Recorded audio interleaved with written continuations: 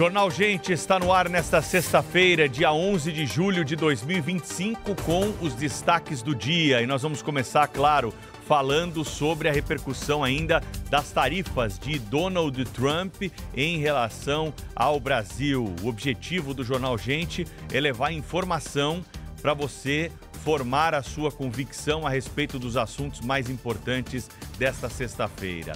A elevação ontem, é claro, vocês acompanharam aqui durante o programa, já surtiu um efeito imediato. A produção brasileira já trouxe números para rebater o que nós teremos de prejuízo caso essa política seja mantida. Há muitos braços dessa discussão. O braço econômico é o principal deles, afinal de contas diz respeito à vida de todos nós, à economia brasileira, o emprego no Brasil, a produção de setores que são fundamentais para a economia brasileira e que salvam a lavoura, literalmente, quando nós temos algum tipo de problema e turbulência na nossa produção industrial. É o agronegócio brasileiro que acaba trazendo esse equilíbrio para as contas do Brasil e também para o PIB, quando nós temos um momento de baixa no restante da indústria. E é claro que a produção para um dos nossos principais mercados, ela é afetada quando temos uma tarifa dessa proporção de 50%. Setor de suco de laranja, carne, soja, além de outros tantos que são impactados, como o têxtil. Conversamos ontem aqui com o representante da associação e ele trouxe números preocupantes do que pode acontecer com a produção brasileira se esta situação for mantida. Do lado político, parece que estamos numa campanha eleitoral. Ontem revivemos a campanha para o governo do estado de São Paulo, com as declarações do ministro da Fazenda, Fernando Haddad, e também do governador Tarcísio Gomes de Freitas, que você já ouviu na nossa programação e vai ouvir também na sequência quando entrarmos na discussão política. A Sônia Blota está em Paris, conosco também participando aqui, como sempre, do Jornal Gente. A Thaís Freitas não está conosco hoje, está com um probleminha aí para ser resolvido, nada muito sério. Volta à nossa programação na semana que vem, junto com o Cláudio Humberto, que também tirou alguns dias aí de férias no começo de julho e retorna também à nossa programação na semana que vem.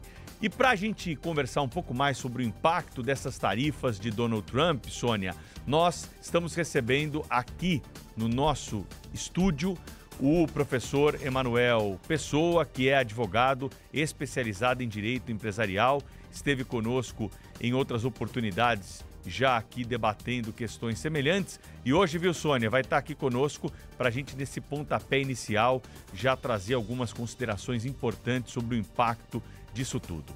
Bom dia, professor, seja bem-vindo aqui. Bom dia, prazer estar aqui com vocês. Bom dia, professor. Eu gostaria que fosse um momento melhor, né? O Brasil agora sob ataque, especialmente a produção industrial e a produção agrícola.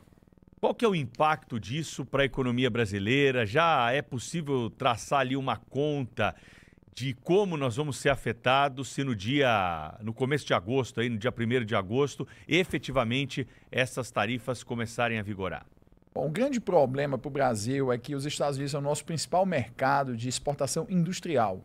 Embora o Brasil tenha uma corrente de comércio muito mais forte com a China, se você excluir soja e minério de ferro e óleo cru, a exportação para a China ela é muito pequena na prática comparada com a exportação para os Estados Unidos. E é para lá, por exemplo, que a gente manda os aviões da Embraer. Então, imediatamente, nós vamos ter um problema na produção industrial. São Paulo vai ser extremamente afetado, desproporcionalmente, inclusive. E a gente sabe que, por mais que o agronegócio, como você falou mais cedo, seja o que salva a lavoura no Brasil das contas públicas, o emprego industrial é aquele que paga melhor para os trabalhadores. Então, vai ser um efeito muito forte no nível de emprego e cascata, né? Porque o trabalhador da indústria ganha bem mais do que o trabalhador da lavoura. Professor, seja muito bem-vindo ao nosso programa, ao Jornal Gente. Aliás, o bom dia aí para a nossa audiência nessa sexta-feira, dia 11 de julho. Nossa, já passamos aí da metade do ano. E com assuntos, assim, como disse o senhor, que o senhor gostaria de estar destrinchando assuntos melhores. Mas, infelizmente, esse é o que está nas manchetes no mundo todo. A briga de tarifaço, a guerra entre Brasil e Estados Unidos. E o que eu queria começar perguntando para o senhor é a respeito da lei da Receita reciprocidade. Quando Donald Trump escreveu a carta para o Brasil, o presidente Lula mandou devolver e diz que vai adotar a lei da reciprocidade.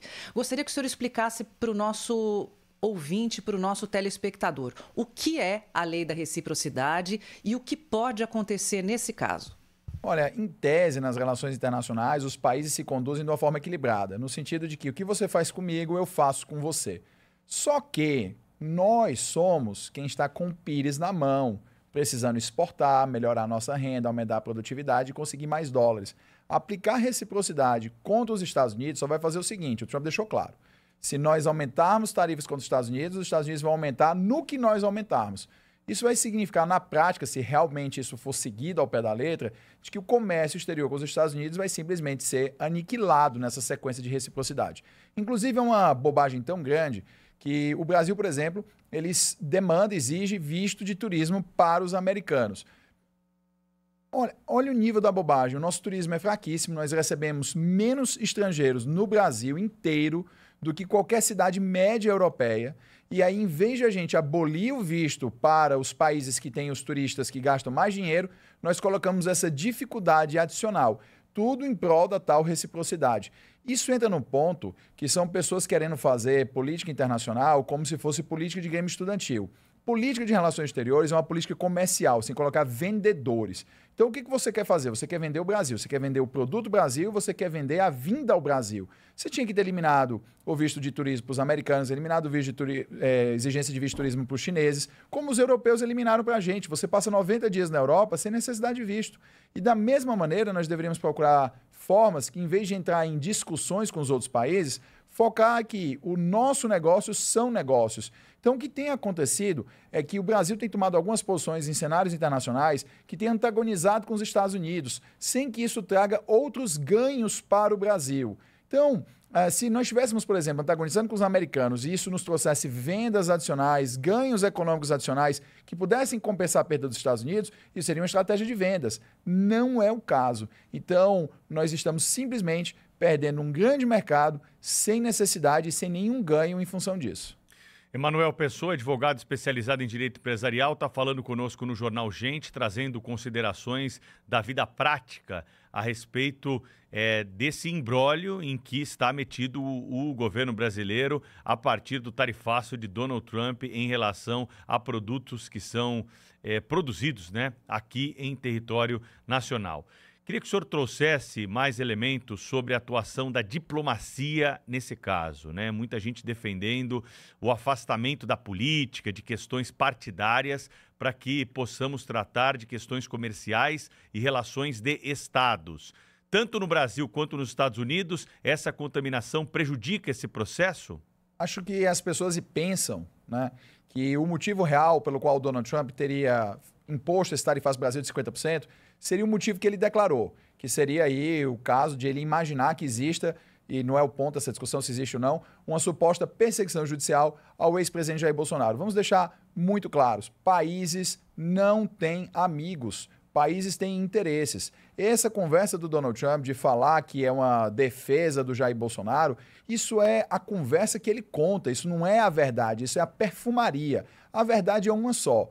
Os Estados Unidos têm ficado extremamente incomodados com a posição do Brasil em insistir em fóruns internacionais e capitalizar a desdolarização do comércio internacional. Você veja que, por mais que a desdolarização do comércio internacional seja de interesse especial da China, o Brasil defende muito mais isso do que o governo chinês. E o motivo é muito simples. A China tem trilhões e trilhões e trilhões de dólares guardados de superávit comercial. A China não quer desdolarizar a economia internacional de forma imediata. Aí vem o Brasil, que não ganha absolutamente nada com essa discussão. O Brasil que não tem uma moeda forte, o real, pelo contrário, é uma das moedas mais voláteis do planeta. E vem o Brasil fazendo política de grêmio estudantil, ficar defendendo a desdolarização da economia internacional, coisa que nem mesmo o governo chinês faz uma defesa tão enfática. Para quê? A gente não ganha nada com isso. Só que isso incomoda o Trump por um motivo muito simples. Se você desdolarizar o comércio internacional, os Estados Unidos não conseguem financiar a sua gigantesca dívida pública com juros tão baixos quanto eles têm. Então, nós entramos em uma conversa na qual nós não temos cacife, na qual nós não iremos ganhar absolutamente nada, e essa é a razão real do Donald Trump estar aplicando tarifas de 50% ao Brasil. Não tem absolutamente nada a ver com a defesa do ex-presidente Jair Bolsonaro. Isso é apenas a conversa que se fala. Da mesma maneira que fique muito claro, a questão das ordens secretas do Supremo Tribunal Federal, que, segundo o Trump, teriam restringido o direito à liberdade de expressão de empresas americanas, também não é o fator determinante. É muito ingênuo alguém acreditar que os Estados Unidos não abraçariam o Supremo Tribunal Federal, que o Trump não colocaria um boné na cabeça escrito Xandão se você não tivesse um alinhamento do Brasil com os Estados Unidos. A gente tem que se lembrar que os americanos, por mais que eles falem em exportação de democracia, eles abraçam as ditaduras sempre que isso for economicamente vantajoso para o país. Então, a única razão pela qual o Trump não tem um boné na cabeça escrito Xandão é que hoje o alinhamento do Brasil é contrário aos Estados Unidos. E a defesa ao Bolsonaro é unicamente pelo fato de que a política externa do Brasil durante o governo Bolsonaro era muito mais alinhada com a americana. Então isso não tem absolutamente nada a ver com questões processuais. Isso é um interesse puramente econômico. Professor, é justamente isso, muito interessante o senhor tocar nesse ponto, porque a Índia, por exemplo, é um país do BRICS, mas vem compondo com os Estados Unidos para não ser aí penalizada. Índia que vive um ótimo momento econômico, inclusive no sentido de não querer ameaçar o dólar. E aí o Brasil, que também é BRICS, que também tem uma relação de amizade de 200 anos com os Estados Unidos, sofre aí esse tarifaço ou ameaça de tarifaço, enfim, a entrar em vigor dia 1º de agosto, segundo a carta de Donald Trump.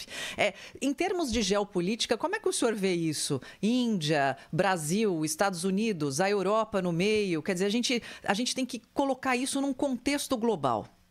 Que é o seguinte, por mais que o maior parceiro comercial do planeta Terra se chame China, o maior importador de produtos industriais do planeta Terra são os Estados Unidos.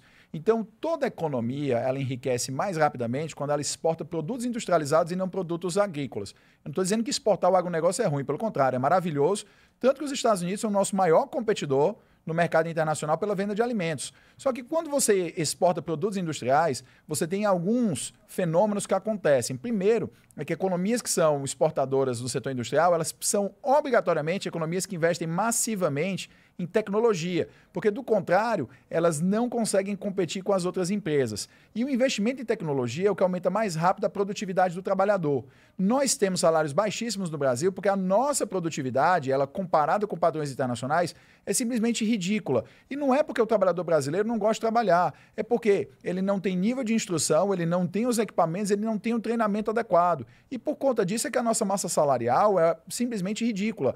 Hoje, um garçom chinês, numa cidade média na China, ganha muito mais do que um advogado médio ganha numa cidade grande brasileira.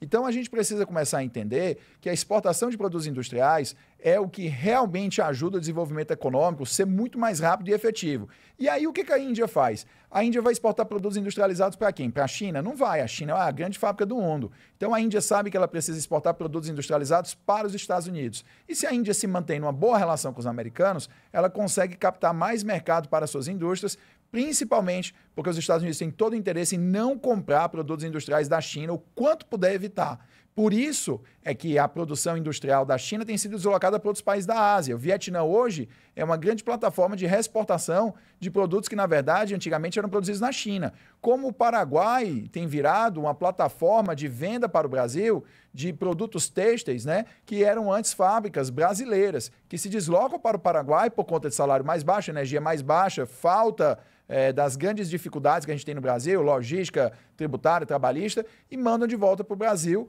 aproveitando as regras do Mercosul. Então, a Índia faz esse alinhamento com os americanos porque eles querem aumentar a sua exportação de produtos industriais para continuar alavancando o crescimento econômico em ritmo acelerado que eles têm.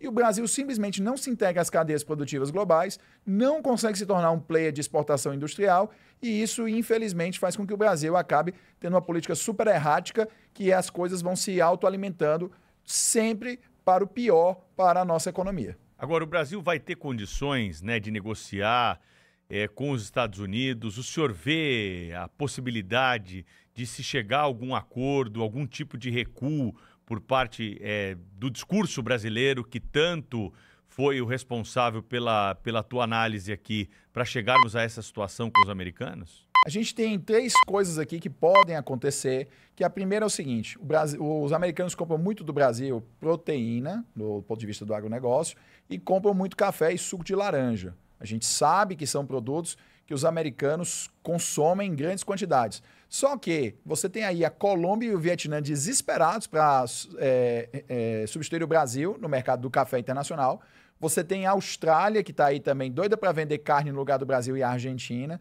Então, os americanos vão simplesmente comprar de outros países. Aí você pode imaginar, mas vai dar inflação nos Estados Unidos. Será? Ou será que os outros mercados vão tentar compensar o preço para comer a participação brasileira? Isso é a primeira possibilidade. A segunda é a triangulação. O Brasil, em vez de exportar diretamente para os Estados Unidos, vai exportar para um país intermediário que tem tarifa baixa, e esse país vai reexportar o nosso produto agrícola para os Estados Unidos. Vai aumentar o custo de logística, vai aumentar o custo final, o que vai fazer com que a gente tenha, de qualquer maneira, uma diminuição na venda e vai perder mercado. E a terceira possibilidade, que é muito difícil, porque no Brasil a política externa ela é política de grêmio estudantil, nós deveríamos nos compor com os Estados Unidos de uma forma profissional, com negociadores profissionais, pessoas preparadas, capacitadas, que estejam fazendo política de Estado e não política de governo. Pessoas que estão preocupadas com o desenvolvimento do país e não com a próxima eleição. Se nós conseguirmos sentar com os Estados Unidos e rever as tarifas, é possível sim que elas caiam.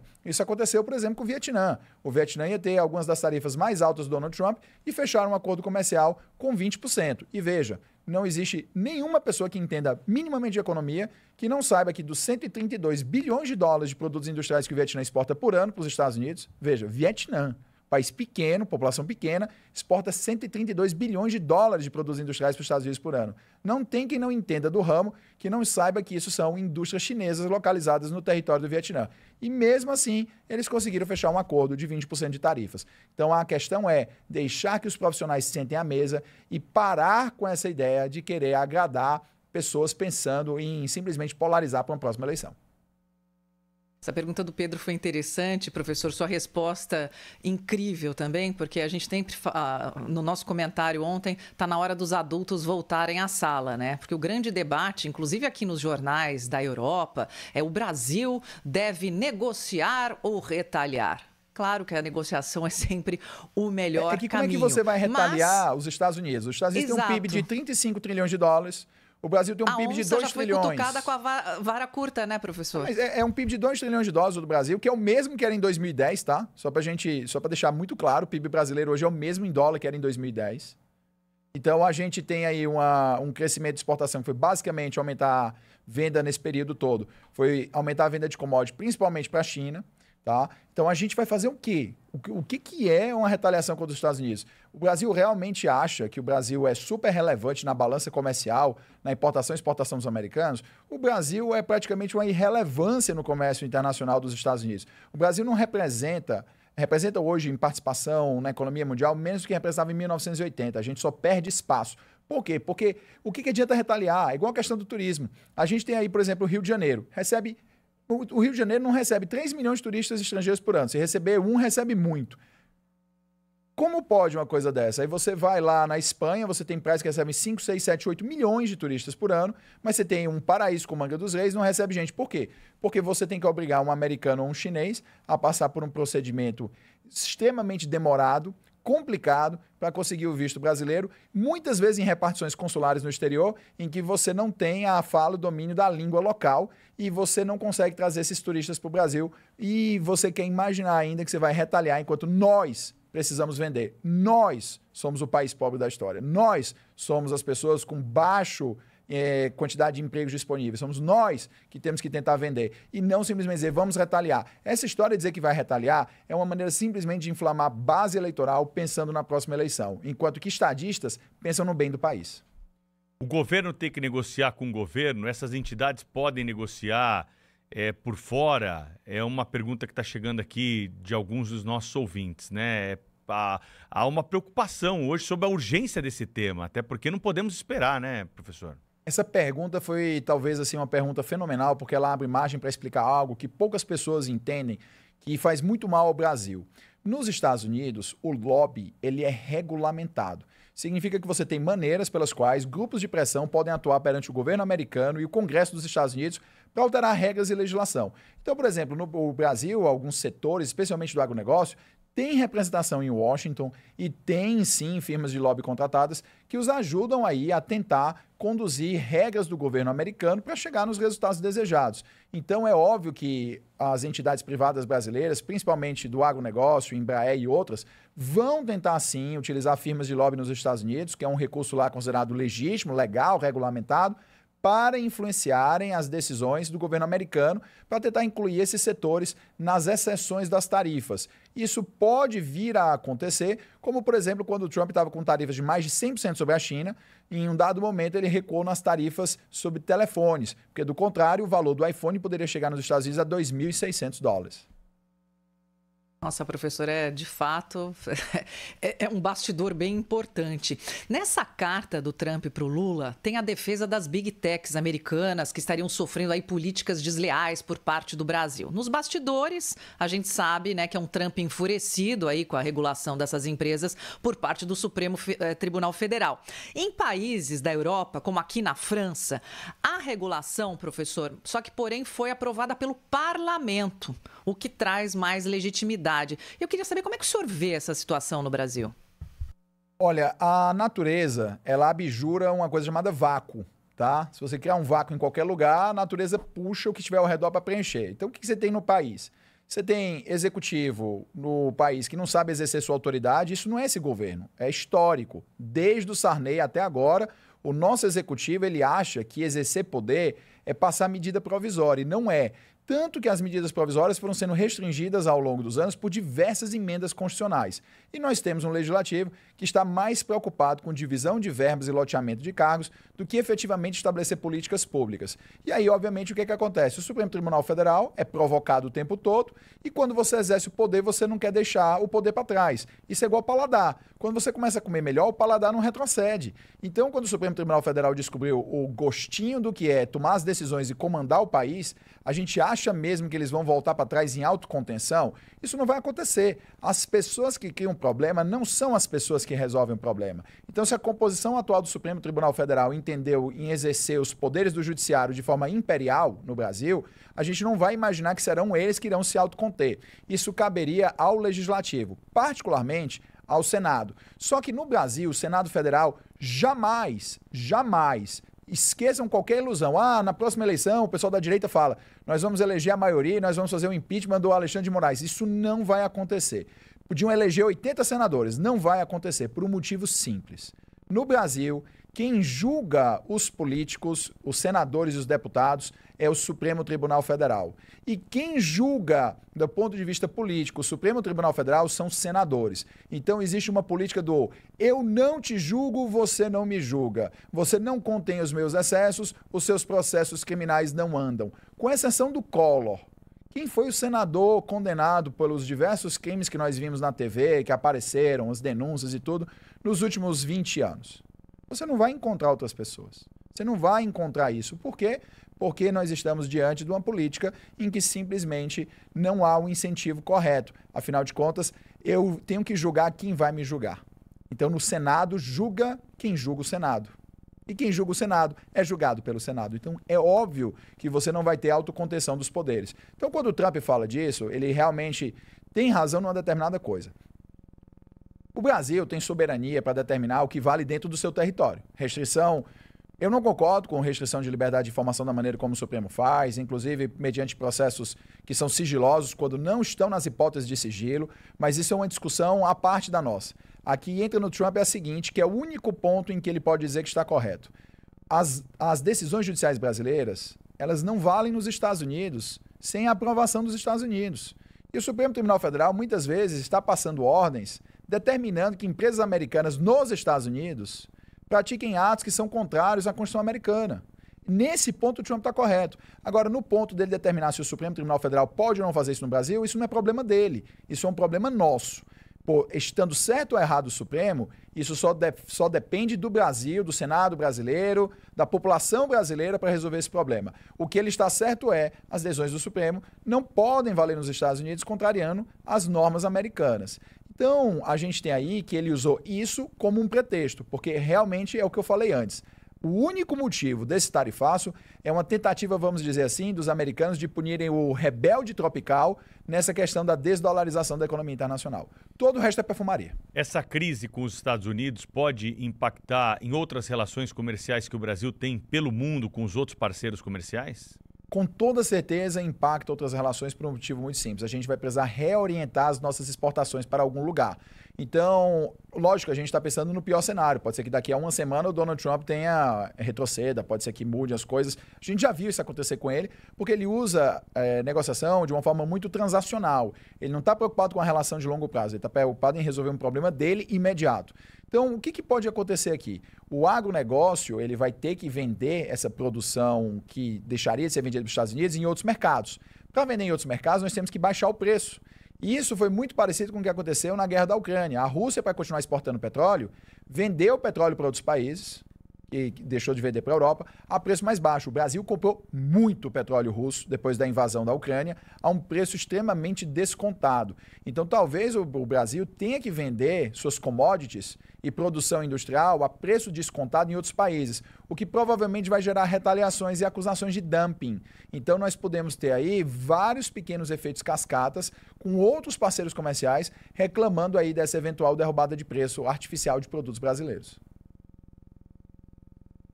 Sônia, mais alguma questão aí para o professor que está conosco aqui? Emanuel Pessoa, advogado especializado em direito empresarial. O senhor mora na China, né? Não mais, voltei, estou morando de volta no Brasil. Mas a última vez você falou com a gente da China, né? Tava na China. Ficou quanto tempo por lá? 1 ano e meio indo e vindo. Indo e vindo. Morou em Beijing? Em Beijing. E aí, qual é o resumo dessa experiência aí para a tua área de atuação? O Brasil hoje está no momento em que nós deveríamos aproveitar melhor o fato de que existe uma nova Guerra Fria no mundo, né? Essa Guerra Fria agora é China e Estados Unidos. E quando você teve a Primeira Guerra Fria, a Europa Ocidental se beneficiou muito, porque a Europa estava destruída depois da Segunda Guerra Mundial. Só que com a disputa entre a União Soviética e Estados Unidos, a Europa soube capitalizar para captar massivamente investimento e dinheiro a fundo perdido dos Estados Unidos para se desenvolver. E o Brasil hoje é um grande campo de batalha entre os Estados Unidos e a China, porque segundo previsões, em 2045, o Brasil vai ser a segunda maior economia do Ocidente. A Europa vai em franca derrocada por conta de envelhecimento da população, talvez consiga reverter um pouco o seu declínio econômico agora com investimentos mais fortes no setor de defesa, que é o setor que mais gera tecnologia, mas a previsão atual é que o Brasil em 2045 será a segunda maior economia do Ocidente. E como o Brasil não é o México, né? O México será a terceira maior economia do Ocidente, o México está colado aos Estados Unidos, o Brasil tem um distanciamento da China e da América, né, dos Estados Unidos, que faz com que esses países tenham que disputar o Brasil, o seu mercado e a sua opinião política como um campo aí para domínio geopolítico. Então, se nós soubéssemos capitalizar isso, nós iríamos conseguir muitos investimentos americanos e muitos investimentos chineses. Mas para isso a gente precisa de política profissional e não de política partidária. Professor, então rapidamente uma pergunta, eu sei que o nosso tempo é curto, mas a entrevista com certeza está mexendo com a nossa audiência. Argentina negociando acordo de livre comércio com os Estados Unidos. Como é que fica o Mercosul com essa situação entre Brasil e Estados Unidos e a Argentina com essa negociação? O Mercosul perdeu a razão de ser há muito tempo. Há muito tempo. Tá? Não faz absolutamente o menor sentido nós temos o Mercosul. Por quê? Existe uma assimetria gigante do Brasil e dos outros países. Então, o Mercosul ele era uma proposta, basicamente, de reafirmação da força brasileira nos anos 90, por conta do fato de nós termos um mundo unipolar, em que só havia os Estados Unidos como grande potência, depois do fim da Guerra Fria com a derrubada da União Soviética. Então, a ideia de ter o Mercosul era o Brasil aumentar o seu poder, o seu cacife em negociações internacionais, por meio de uma coalizão de países da América do Sul. Só que nós nunca conseguimos harmonizar as economias locais, nem as políticas locais, por conta das instabilidades que esses países, incluindo o Brasil, possuem. Então nós temos um tratado de livre comércio que, na verdade, não tem um livre comércio, porque existe uma quantidade gigantesca de exceções.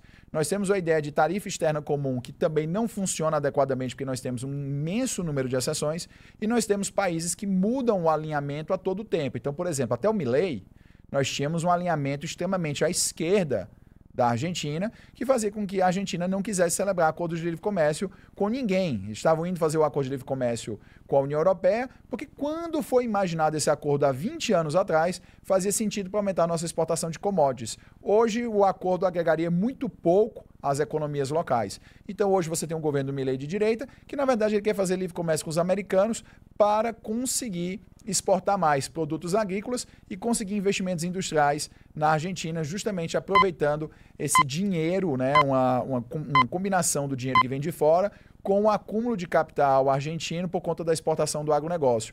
Então, você tem uma situação que o Mercosul, os dois principais parceiros, primeiro uma assimetria gigante, o Brasil é desse tamanho, a Argentina é desse, e os dois principais parceiros querem coisas diferentes. Não faz sentido esse acordo já deveria ou ser realmente evoluído para um livre comércio efetivo, ou ele deveria ser extinto para que nós pudéssemos negociar livremente os nossos interesses ao redor do mundo.